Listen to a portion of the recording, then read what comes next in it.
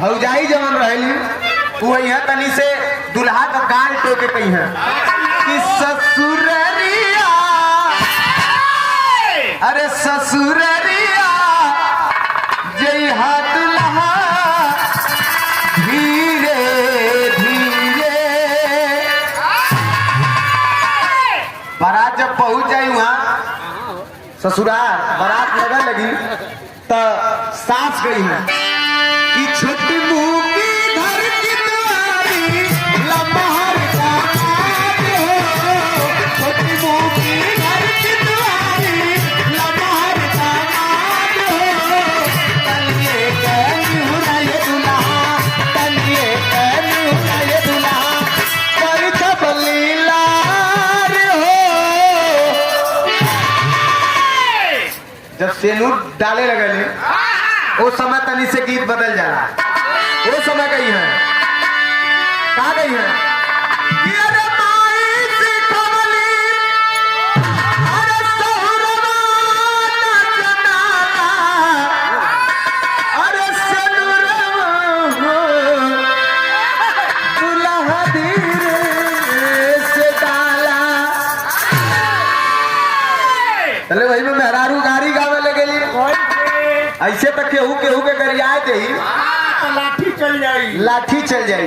लेकिन मेहरारू जब गरियावली तो दुई पूरी बेसी खवा जाए, 500 रुपया भी दी है इनामो दे बने।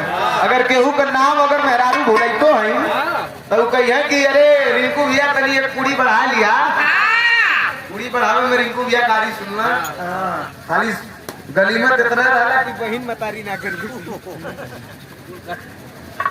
कही है का यह कही है कि खतयाई गयो, खतयाई गयो सारा बनारस से, खतयाई गयो, खतयाई गयो सारा बनारस से।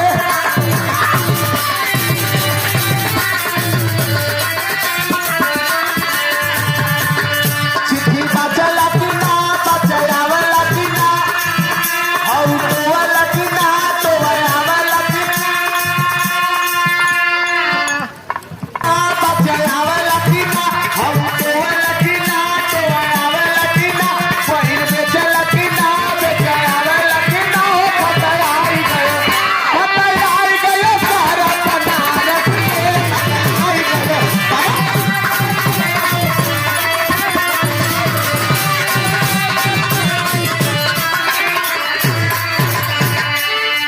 ये वहां पे हमारे चाचा जी आदरणीय ओम प्रकाश यादव चाचा जी, कन्या पक्ष से दुल्हन के पिताजी और हमारे चाचा जी, आपकी ओर से आपके बार बार प्रणाम। उपस्थित जनता का प्रणाम। आशीर्वाद के इच्छा ता जिंदगी रहे। कल वही में दूसर की गोलाए जाए तू कही हट तो नन के गावे ना हो तो बेइज्जती करा दे सब। ऊ कुल गई है का कही है कि कुछ आज मारेगा, कुछ काल मारेगा, कुछ दिया देवारी के बाद मारेगा हो। अरे तिसरकी आ जाए करे गाड़ी गावत हो सो कि गामा करो थू पढ़ले लिखले ना हो ना, कुछ आज मारोगो कुछ काल मारेगो, ई कुल कोनो भाषा हो। हां ई की बोले छे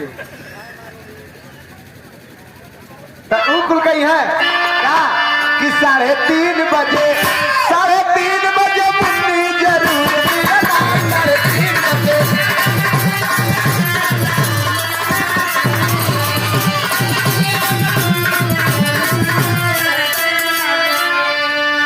चले वही में खयाउर बोला जाए तू कही कि सुना ऐसे ना होई, कैसे होई। ऊ कुल कही है देखा अगर ये महफिल में हुई है तो भैया बुरा मत मनिया, ये मेहरारून का गाड़ी है। ऊ कुल कही है का यह कही है कि अरे हमारे दुल्हा के, अरे हमारे दुल्हा के मुँह बड़ा सुंदर अगुआ छछुन्नूर हो। चले एक मिली और कही कि देखा देखा है